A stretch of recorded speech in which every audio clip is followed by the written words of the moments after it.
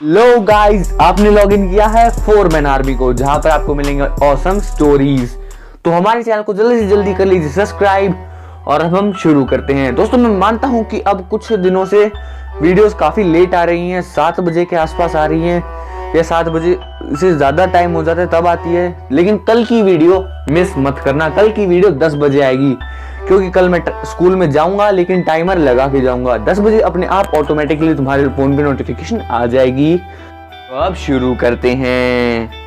तो दोस्तों, last part में हमने देखा था कि वो डॉक्टर अपनी जाइंट रोबोट की पूरी पावर लगा देता है और जिसकी मदद से एक बहुत ही भयानक पूरी पावरफुल रेज मिक्सू पर जाकर लगती है और मिक्सू पीछे खड़े एक 60 फीट के पत्थर से टकराता है और फिर कुछ सेकंड बाद ही एक बहुत ही बड़ा ब्लास्ट होता है और वो एक 60 फीट का लंबा चौड़ा पत्थर चकनाचूर हो जाता है और हमारे मिक्सू को अता पता नहीं होता। और तभी पाको रोने लगती है और बोलती है, कहाँ है मेरा मिक्सू? और बर्डमैन वहां से सभी को टेलीपोर्ट करके एक सुरक्षित जगह ले आते हैं और वहां आने के बाद पाको बोलती है कि हमने परमैन को खो दिया। तभी बर्डमैन बोलते हैं कि पाको, मैं तुमसे वादा करता हूं कि हम मिक्सू की मौत का बदला लेकर रहेंगे। कुछ देर बाद ही बर्ड स्टार से एक नोटिफिकेशन आती है बर्डमैन को। तभी वो बोलते हैं कि क्या हुआ? तभी वहां का एक सिपाही बोलता है कि सर, हमें एक साइंटिस्ट जो आपकी अर्थ पर अभी मौजूद है ना, वो एक गैलेक्सियल क्रिमिनल है जिसके ऊपर काफी सारे केसेस फाइल्ड हैं। तभी बर्डमैन बोलते हैं कि क्या गैलेक्सी का क्रिमिनल है वो, पर हम कैसे मान लें? तभी वो बताता है कि सर, उसने कुछ सालों से पहले ही बहुत सारी चोरियां करनी शुरू की थी। वो टेक्नोलॉजी चोरी करता है और अपनी आर्मी बढ़ाता रहता है और वो अब अर्थ पर आया ताकि वो अर्थ पर आकर उसने इंसानों का भेष लिया और अब वो इंसानों को खत्म करना चाहता है। पर तभी बर्डमैन पूछते हैं कि ऐसा कैसे कह सकते हो तुम? तभी वो ऑफिसर ऑफिशियली प्रूफ देता है कि वो इस तारीख से लेकर इस तारीख के बीच में नहीं दिखा है और वो आपकी अर्थ पर इसी तारीख से देखा गया है। यहाँ तक कि दोनों की शक्लें भी बहुत ही ज्यादा मैच करती हैं और इससे ज्यादा बर्डमैन आपको क्या प्रूफ चाहिए? लेकिन तभी तीनों परमैन्स बोलते कि लेकिन वो तो एक डॉक्टर साइंटिस्ट है जिसके कजन ने हमें उसकी ओरिजिनल स्टोरी बताई थी कि उसके मम्मी पापा की डेथ हो गई थी और वो पागल हो गया था। तभी बर्डमैन कहते हैं कि कहाँ है वो उसका दोस्त साइंटिस्ट? तभी जैसे ही वो उसके पास जाते हैं तो बर्डमैन उसे एक लात मारते हैं और नीचे गिरता है और काफी देर के बाद भी उसका रिस्पॉन्स नहीं आता। तभी बर्डमैन अपनी गन से उसे शूट करते हैं और तब वो देखते हैं कि वो एक रोबोट है जिसे एक प्रोग्रामिंग की गई थी। तभी बर्डमैन कहते हैं कि ओहो, हम तो उसके जाल में फंसते गए और वो हमें फंसाता गया। उसने एक प्रोग्रामिंग रोबोट अपनी जेल में रखा और तुम्हें फंसा दिया। अब हम क्या करें? तभी मैं कहूं कि बर्डमैन सेट के साथ ही मिक्सू कैसे खत्म हो सकता है? वो एक एलियन टेक्नोलॉजी थी। अर्थ की टेक्नोलॉजी में इतना दम नहीं है कि वो किसी भी बर्डमैन को जान से मार सके। नहीं, ऐसा अब पता चला, ये तो एक एलियन है। अब हमें जल्दी से कुछ करना होगा। तभी वो अपने उस ऑफिसर को बोलता है कि सुनो, बर्डमैन की पूरी आर्मी लेकर अर्थ पर जल्दी आओ, अर्थ पर बहुत बड़ा खतरा आने वाला है। और तभी वो कहता है कि यस सर। और तभी बर्डमैन अपना लैपटॉप निकालते हैं। जी हाँ, बर्डमैन के पास भी एक लैपटॉप है जो कि उनकी डिस्क में रहता है। तभी वो निकालते हैं और वो बर्ड प्लेनेट के सीनियर अथॉरिटी से बात कर रहे होते हैं और तभी वो बोलते हैं कि वो कौन सा वांटेड क्रिमिनल है जो अभी अर्थ पर आया है। बर्डमैन ऐसा थोड़ा हकलाकर बोलते हैं क्योंकि बर्डमैन डरे हुए थे और मैंने थोड़ा इसी वजह से ये थोड़ा सा अच्छे से एक्सप्लेन करने के लिए मैं भी थोड़ा हकला के बोला हूँ। उसके बाद बर्ड प्लेनेट के कुछ ऑफिशियल ऑफिसर्स उन्हें उस बात का प्रूफ देते हैं और उसकी कुछ बायोडेटा बर्डमैन के लैपटॉप पर भेज देते हैं और फिर बर्डमैन कहते हैं कि ये तो डीमन किंग है जो कि एक बहुत ही पावरफुल एलियन है। इसके पास बहुत ही बड़ी आर्मी है और ये शायद परमैन सेट की मदद से अपनी आर्मी की पावर बढ़ाना चाहता है। अगर इसने ऐसा कर लिया तो ये किसी भी फोर्स को आराम से हरा सकता है क्योंकि इसकी एक रोबोट की पावर बहुत ज्यादा होती है और परमैन सेट किसी भी पावर को दुगना या फिर 6600 टाइम्स बढ़ा देता है, जो कि बहुत ही ज्यादा है। अगर इनका ये प्लान है तो भाई अर्थ पर सच्ची में बहुत बड़ा खतरा आ चुका है। अब हमें जल्दी से जल्दी एक्शन में आना होगा। तो ये रियल एक्शन का वक्त है। बर्ड स्टार के ऑफिशियल्स, मैं आपको एक वर्क देता हूं कि आप इसके बारे में और इंफॉर्मेशन जल्दी से जल्दी मेरे को आज शाम तक निकाल कर दीजिए। ये आपका काम है और मैं तब तक यहाँ पर अर्थ पर सब कुछ संभालता हूँ। उसके बाद बूबी एक गलती से रिमोट का बटन दब जाता है और फिर वहां का टीवी ऑन हो जाता है। वो देखते हैं कि वो एक बड़ा विशाल रोबोट जिसने परमैन को मारा था वो अब स्पेस की तरफ जा रहा था। तभी बर्डमैन समझ जाते हैं कि वो इन्फॉर्मेशन बिल्कुल सही थी। ये अपनी गैलेक्सी जा रहा है और रोबोट्स को लेके आने के लिए और शायद पृथ्वी का आखिरी वक्त हो सकता है। तो यही वक्त है गाइस, हमें इनके ठिकानों को खत्म करना होगा और जब ये वापस आ रहे होंगे तब उसके लिए भी मेरे पास एक अच्छा प्लान है। ये सारे परमैन पूछते हैं कि क्या प्लान है बर्डमैन। तभी वो बर्डमैन बताते हैं कि अभी थोड़ी देर में काउंसिल मीटिंग होनी है बर्ड प्लेनेट पर, जो मैं लाइव अटेंड करूंगा और तुम लोग उसमें बैठ सकते हो क्योंकि तुम अभी एक ऑफिशियली परमैन सोल्जर्स हो। थोड़ी ही देर में हम लोग देखते हैं कि काउंसिल ऑफ मीटिंग बैठती है और तभी बर्डमैन बोलते हैं कि पृथ्वी पर सच्ची में बहुत ही बड़ा खतरा आ चुका है। डीमन किंग ने पृथ्वी पर हमला करने की पूरी प्लानिंग कर ली है और हम उसमें फंस चुके हैं। तो अब हमारे पास एक ही प्लान है कि हम एक डुप्लीकेट अर्थ बनाएंगे। तो हमारे बर्ड प्लेनेट के बिल्कुल साइड में है ना, बिल्कुल साइड में एक स्टार है जो कि बिल्कुल अर्थ के साइज का ही है और वहां पे लिविंग एटमॉस्फेयर बनाया जा सकता है हम अगर बनाना चाहें तो। और अगर हम उसे बिल्कुल अर्थ जैसा बना दें तो शायद हम उसे वहां पर हरा सकते हैं। तभी वहां पर काउंसिल में बैठा एक परमैन ऑफिसर बोलता है कि लेकिन सर वहां पर अर्थ पर भी तो इसके कुछ ऑफिसर्स होंगे जो कि इसे अर्थ पर लेके आने में मदद करेंगे। तभी बर्डमैन बोलते हैं कि हाँ, अब हमें उन सोल्जर्स को हराना होगा और उन्हें खत्म करना होगा और उन्हें मिसगाइड करके उस प्लेनेट पर लेकर जाना होगा। अगर वो उस प्लेनेट पर एक बार चले गए तो हमारा काम आसान हो जाएगा। लेकिन तभी काउंसिल में बैठा एक और परमैन बोलता है कि सर वो स्टार तो पिछली बार खत्म हो गया था जब लास्ट में गुड बर्ड और इविल बर्ड लड़ रहे थे। तभी वो पूछते हैं कि कब लड़ रहे थे।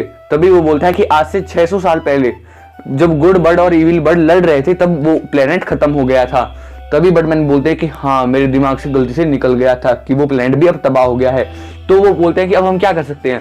तभी काउंसिल का हेड बोलता है कि क्यों ना हम एक और प्लेनेट बनाए जो आपकी अर्थ की तरह ही दिखता हो, जैसे कि रिफ्लेक्शन मिरर का हम लोग यूज कर सकते हैं और उन्हें दूसरी दुनिया में लॉक कर सकते हैं जिसकी वजह से अर्थ हमेशा सेफ रहेगी।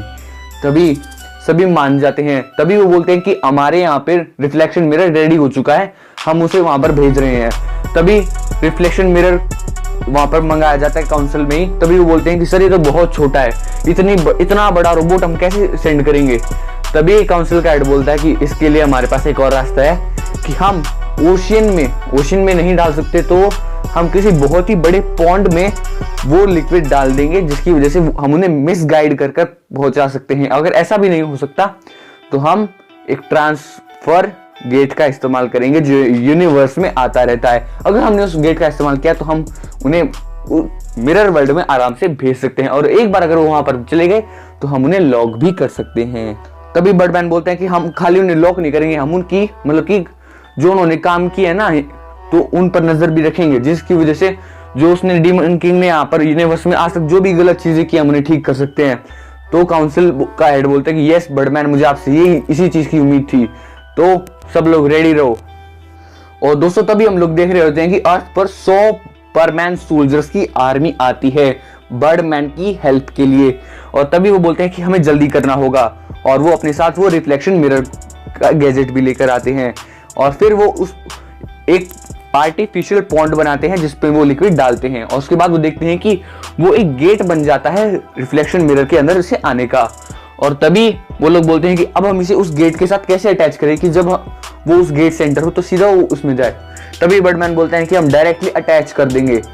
और उसकी कितनी बड़ी आर्मी होगी, अगर ज्यादा बड़ी हुई तो हमें दिक्कत पड़ सकती है, लेकिन अगर वो डायरेक्ट चला जाए तो हमारी दिक्कत थोड़ी आसान हो जाएगी। तो हमें डायरेक्ट यूनिवर्स में ही से अटैच करना होगा क्योंकि अगर एक बार उसने अर्थ को दूर से देख लिया तो वो वहीं से फायर कर देगा। तभी सभी सोल्जर्स रेडी हो जाते हैं और थोड़ी ही देर बाद हम लोग देख रहे होते हैं कि सभी स्पेसशिप में बैठे होते हैं स्पेस में जाने के लिए। और तभी पाको सोच रहे होते कि परमैन, मैं तुम्हारा बदला लेकर रहूंगी। और तभी बूबी बोलता है कि क्या हुआ। तभी पाको बोलते हैं कुछ नहीं। तभी बूबी बोलता है कि तुम परमैन को याद कर रही हो ना। तभी पाको बोलते हैं कि हाँ। बूबी और पायान बोलते हैं कि हम परमैन का बदला लेकर रहेंगे, तुम चिंता मत करो पाको। तभी पाको काफी खुश हो जाती है और तभी वहां से स्पेसशिप लॉन्च हो जाता है। और तभी हम लोग देख रहे होते हैं कि उन्होंने वो गेट बिल्कुल एंट्रिंग पॉइंट पर रख दिया था जिसकी वजह से उस डीमन किंग की पूरी आर्मी मिरर वर्ल्ड के अंदर एंटर कर जाती है और उन्हें पता नहीं चलता। लेकिन तभी डीमन किंग के सोल्जर्स बोलते हैं कि सर हम पृथ्वी पर काफी जल्दी पहुंच गए। तभी डीमन किंग ओवर कॉन्फिडेंस में बोलता है कि हाँ हम पहुंच गए होंगे क्योंकि हमारी स्पेसशिप काफी तेज है। और तभी उसे भ्रम हो जाता है कि वो पृथ्वी पर आ चुके हैं और वो बोलता है कि अब पूरे शहर को खत्म कर दो। हम सबसे पहले अमेरिका, जापान, एशिया और ऑस्ट्रेलिया को खत्म करेंगे, उसके बाद हम बाकी छोटे द्वीपों को खत्म करेंगे। तो फायर माई आर्मी।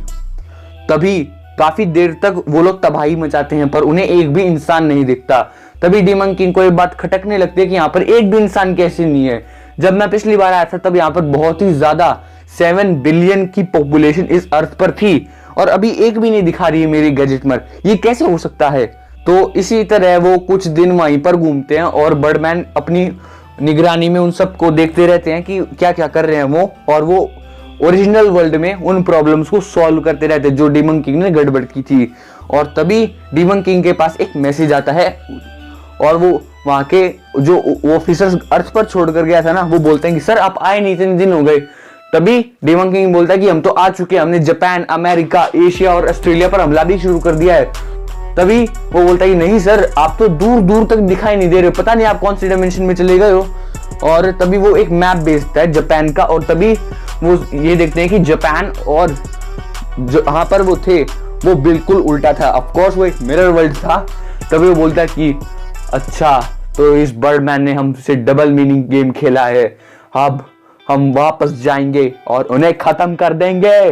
तभी वहां पर बर्डमैन की आर्मी आ जाती है और वो बोलते हैं कि सर हमें इसे लॉक कर देना चाहिए, इससे पहले वो बाहर निकल जाए। तभी बर्डमैन उसे लॉक कर देते हैं और वो मिरर वर्ल्ड में ही फंस जाते हैं। यानी कि मिरर वर्ल्ड कितना बड़ा होता है, जितना ओरिजिनल होता है उतना ही मिरर वर्ल्ड भी होता है। तो अब वहां पे वो आर्मी लॉक्ड हो चुकी थी और तभी वो बोलते हैं कि हम इसका बदला जरूर लेंगे बर्डमैन। तभी पाको बोलते कि नहीं, हमें इन्हें हराना होगा, मैं जब तक डीमन किंग को मार नहीं देती मेरे को चैन नहीं पड़ेगा। तभी बर्डमैन बोलते कि नहीं पाको, हर बार हर लड़ाई का सॉल्यूशन लड़ाई से नहीं खत्म होता। तभी पाको बोलते कि नहीं, मुझे लड़ना है।